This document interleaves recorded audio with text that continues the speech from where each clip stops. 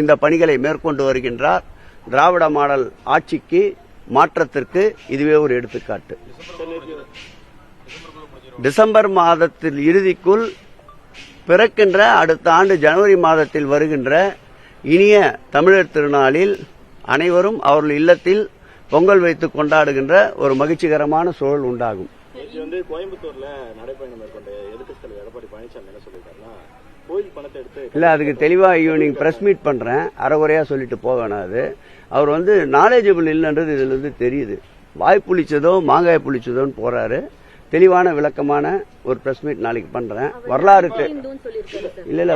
தெரியாதவர், வரலாறு தெரியாதவர், வரலாற்றை அறியாதவர்.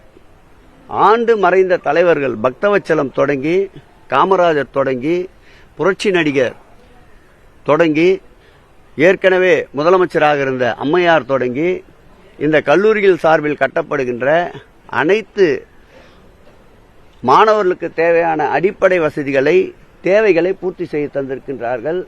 அறகுறையாக விமர்சனம் செய்யக்கூடாது. முழுமையாக ஒரு தெளிவான பத்திரிகையாளர் சந்திப்பை மாண்புமிகு முதல்வர் உத்தரவை பெற்று நடத்த இருக்கின்றோம்.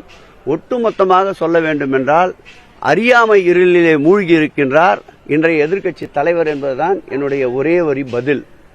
இன்றைக்கு கூட நம்முடைய கொளத்தூரிலே அமைந்திருக்கின்ற அருள்மிகு கற்பகம்பாள் திருக்கோயில் பயிலுகின்ற கல்லூரி மாணவ செல்வங்களுடைய பெற்றோர்கள் தற்பொழுது ஆர்ப்பாட்டத்திலே ஈடுபட்டிருக்கின்றார்கள்.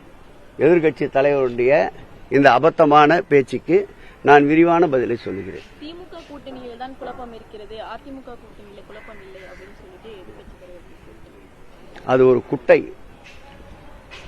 குழம்பிய குட்டையாக இருக்கின்றது. அந்த குழம்பிய குட்டைக்குள் அவரால் மீன் பிடிக்கவே முடியாது. இது ஒரு ஓடுகின்ற நதியாக இருக்கின்றது திராவிட முன்னேற்ற கழகம். எப்படிப்பட்ட தடைகள் வந்தாலும் இந்த நீர் பாய்ச்சலில் அனைத்தும் அடித்து செல்லப்படும். 2026 ஆண்டு தெளிந்த நீரோடையாக திராவிட முன்னேற்ற கழகம் இரண்டாவது முறையாக எங்களுடைய உயிரினும் மேலான அன்பு தலைவர் தளபதி அவர்கள் ஆட்சிக்கட்டிலே அமர்வதை எந்த சக்தியாலும் தடுக்க முடியாது.